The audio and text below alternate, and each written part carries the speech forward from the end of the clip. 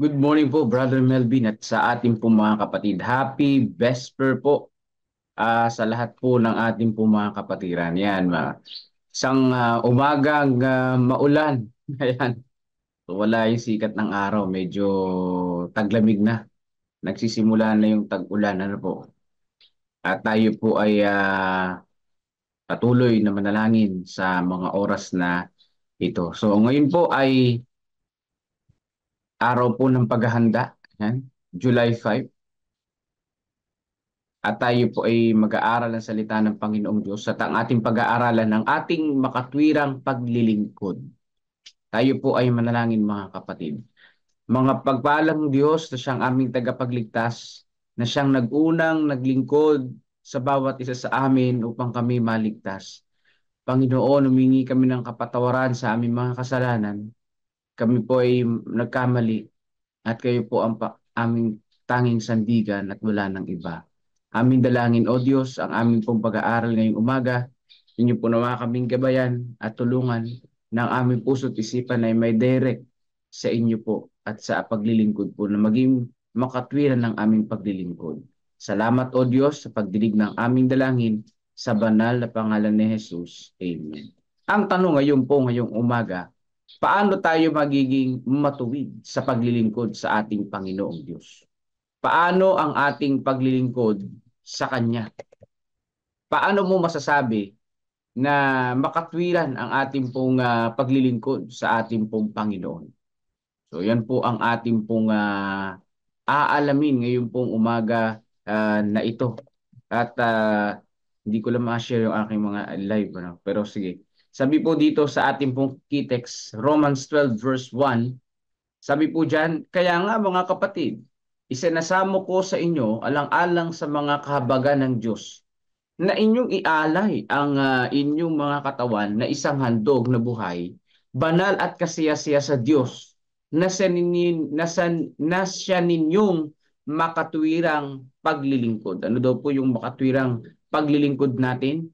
Yung ating pong mga buhay ay ialay natin sa Panginoon na isang banal at masaya sa Panginoong Diyos. Ibig sabihin mga kapatid, no?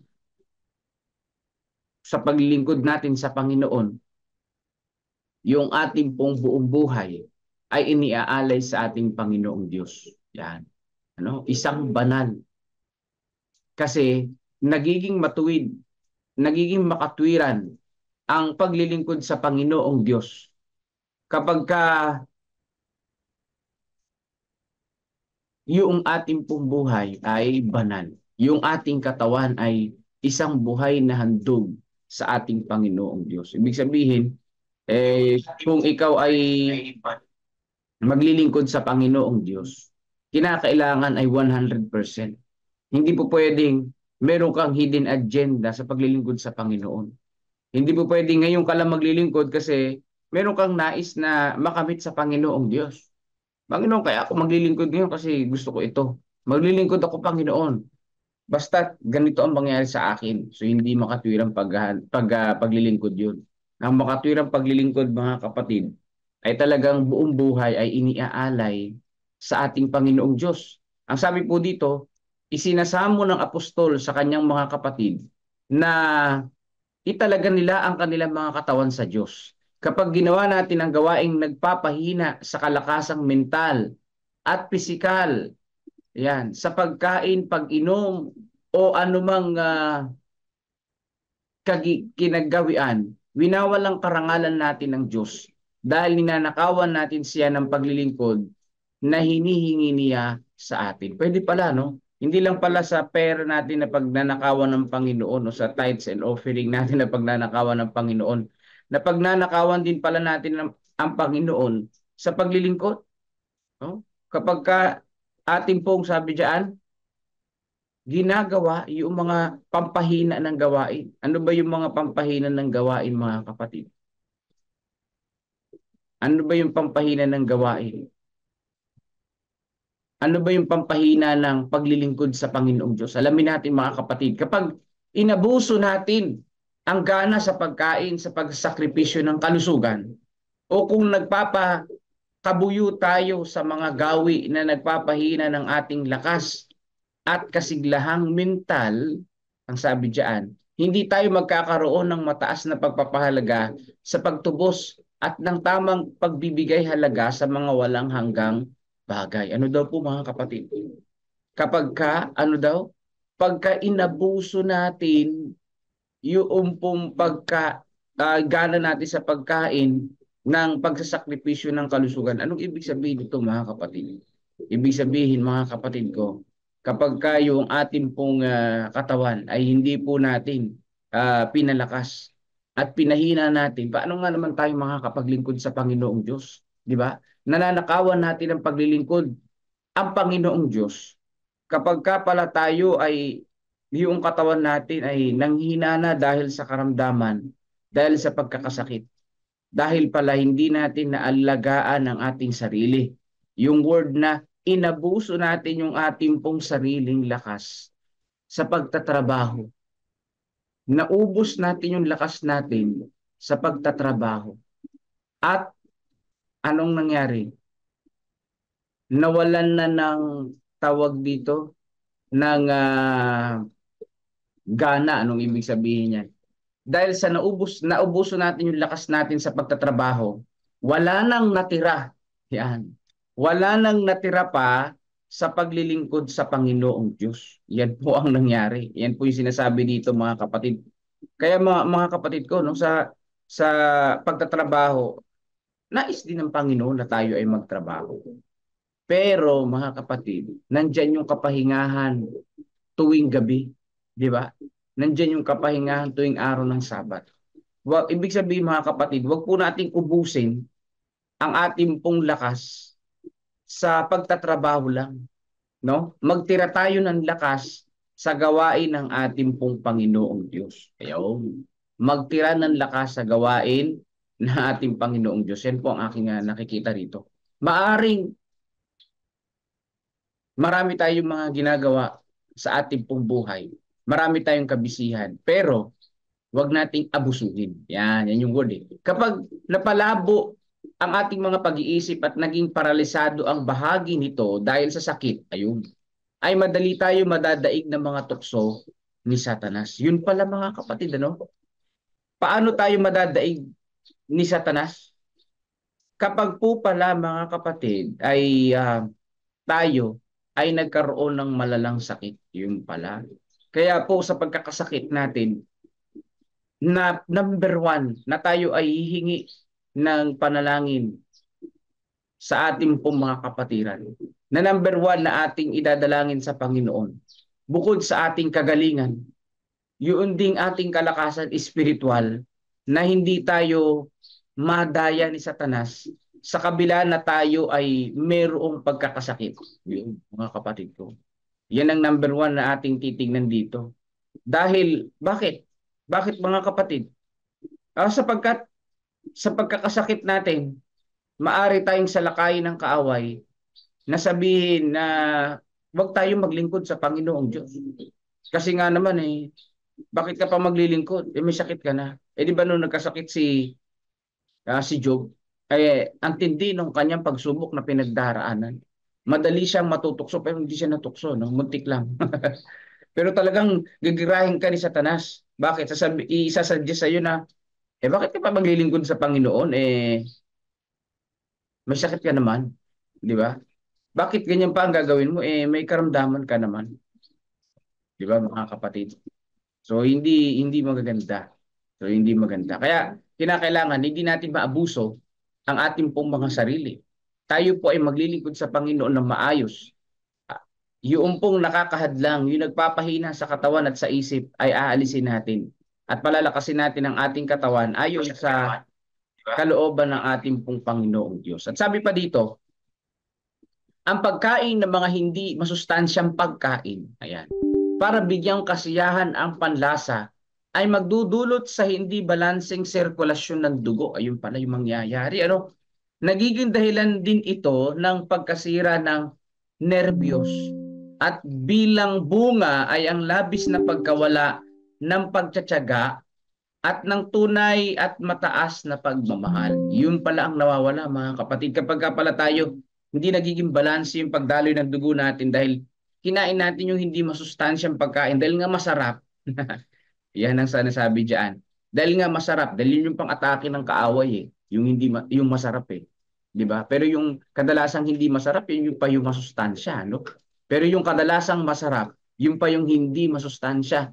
Nawawala daw yung balance natin. Nawawala yung balance natin at number one na nawawala kapag ka tayo ay nagkaroon na ng hindi balanseng kalusugan, nawawala yung pagtsatsaga natin at yung mataas na pagmamahal sa paglilingkod sa Panginoon. Nawawala yung pagtsatsaga natin sa paglilingkod sa Panginoon. Bakit? Eh, hindi ka na makalakad ng malayo. Hindi mo na matiis yung init pag maglilingkod sa Panginoon, di ba? Kapag ka mayroong bakasyon na may time para sa paglilingkod sa Panginoon, hindi mo na magawa yun. Bakit? Hindi na balanse yung katawan eh. No? Yung word na inabuso natin yung katawan para magtrabaho at kumita ng kayamanan. Napakaganda rin. Pero wag nating ubusin. Wag nating salatin ang ating sarili. Magtira tayo ng lakas sa Panginoon. Bakit? Ang sabi doon, ninanakawan natin ng paglilingkod ng Panginoong Diyos. Ang lakas ng katawan at gayon din ang kakayahang moral at mental ay napahihina sa pamamagitan ng pagpapakabuyo sa hindi tamang gana sa pagkain. So yung pinabanggit dito yung pagkain, mga kapatid.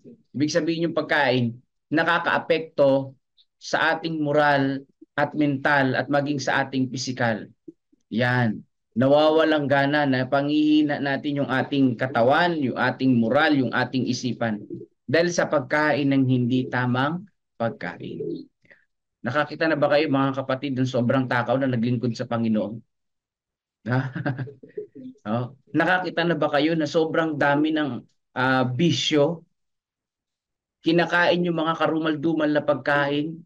Talagang matakaw, kinakain yung mga karumal-dumal, nagbibisyo siya, lahat ng gusto niyang inumin, ininom niya, na naglilingkod sa Panginoong Diyos ng maayos. Wala pa ako nakitang ganun, mga kapatid. Yung karamihan ng mga ganun, nandoon sa beer house. Nandoon sa kung saan. At yung iba ay may mga karamdaman dahil naabuso ang sarili. At kaya number one na humingi tayo ng tawad sa Panginoon, na Panginoon, inabuso namin ang aming pong mga sarili.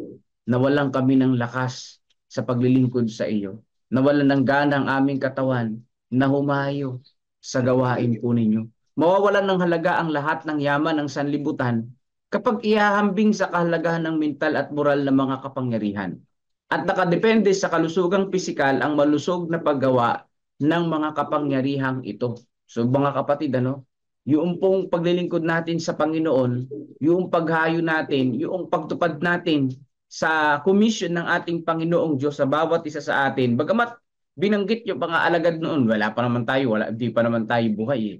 Pero kasama doon yung lahat ng mananampalataya, mga kapatid ko, na maglingkod, magpahayag ng salita ng Panginoong Diyos. Oh.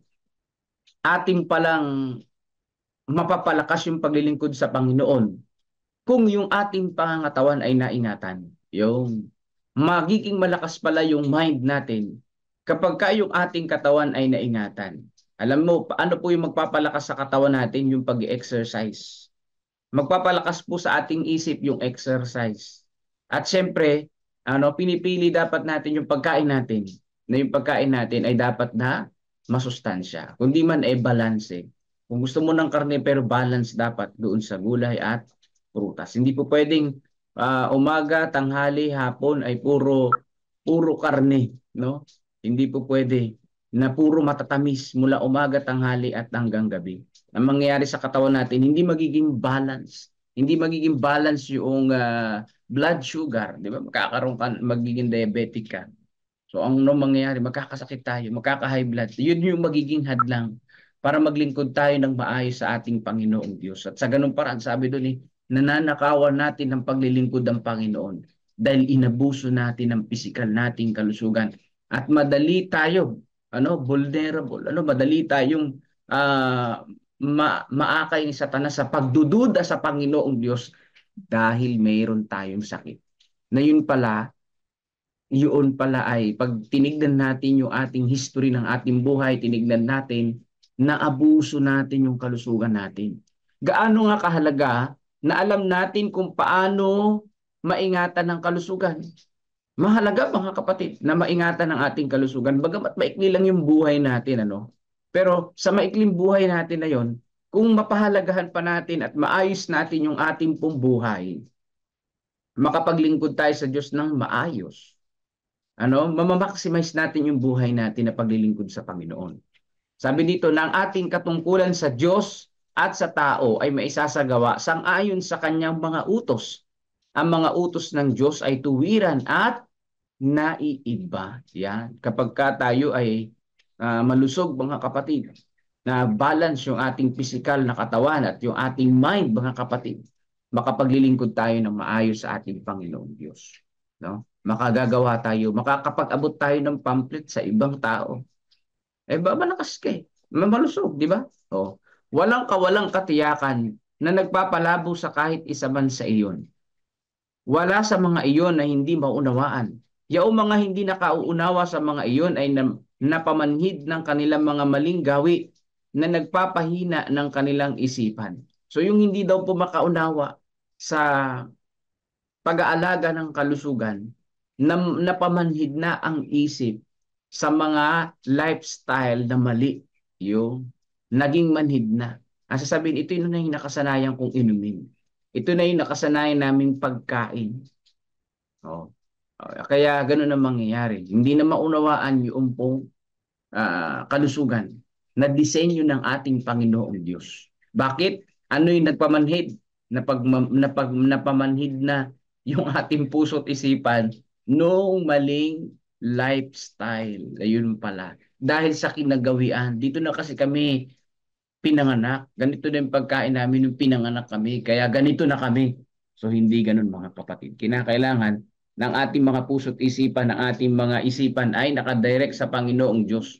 Kung ano yung nakalulugod sa Panginoon, kahit sa kinakain at sa iniinom, doon tayo. Ano ang nais ng Diyos? Nais ng Diyos na turuan tayo tungkol sa kahalagahan ng pagtitimpi sa lahat ng mga bagay. Yung word na pagtitimpi na yan. Kapag hindi tayo marunong magtimpi, lahat ng gustuhan nating kainin, kakainin natin. Ang kawalang pagtitimpi ang naging dahilan ng pagkahulog ng ating unang mga magulang mula sa kanilang banal at masayang katayuan. Yun, hindi sila nagtimpi mga kapatid sa kanilang appetite. Yan, hindi sila nagtimpi rin doon sa paghahangad na maging Diyos. Yung word na pagtitimpi. Kaya maganda na maturuan tayo ng Panginoon. Sa experience natin, tinuturuan tayo na maghintay. Kami ni Mrs., no? Akin iniisip na tinuturuan kami ng Panginoon yung patience ba? Yung paghihintay. Yan. Kapag may mga dalangin tayo mga kapatid na matagal lang natin idinadalangin, tinuturuan pala tayo ng Panginoon na maging mapagpasensya, na maging mapagtimpi. Ingredients pala ito sa paglilingkod ng mahusay sa Panginoong Diyos. Ingredients ito para mapangalagaan din natin ang ating katawan. Yung word na pagtitimpi, marami ang mga taong hindi mapagtimpi. Marami ang mga tao na matatakaw sa kahit anong bagay. Hindi lamang sa pagkain, kahit na sa pera. Sa pamamagitan ng paglabag nila sa kautusan ng Diyos. Kaya ang pagtitimpi sa lahat ng mga bagay ay magpapanatili ng ating mga kakayahan na maging malusog hanggat maaari, na walang ulap o kawalang katiyakang pagpapalabo sa alinman sa mga ito. Nagagabay ang kaisipan sa mga tamang gawa sa pagtupad ng kanyang mga utos. Yun po mga kapatid, no? Na nawa mga kapatid ko, no, maging balanse ang ating katawan at ang ating pag-iisip na gumawa ng tama ayon sa kalooban ng Panginoon. Na sundin ang kalooban ng Panginoong Diyos. Sundin ang utos ng Panginoong Diyos. Sapagkat ang utos ng Panginoong Diyos hindi paraan ng kaligtasan, kundi ito po ay nagpapatunay na niligtas tayo ng Panginoon. Sa pagsunod sa utos ng Panginoong Diyos, makapaglilingkod tayo ng mahusay sa ating pong tagapagligtas. Makapaglilingkod tayo ng mahabang panahon sa ating Panginoong Diyos. Hindi po pwede na i-retire ka na tsaka ka lang mag-desisyon na maglingkod sa Panginoon. Hindi ho mga kapatid. Kaya sabi dito ni Apostol Pablo, yung pagsusumamo niya, yung pakiusap niya sa atin, no?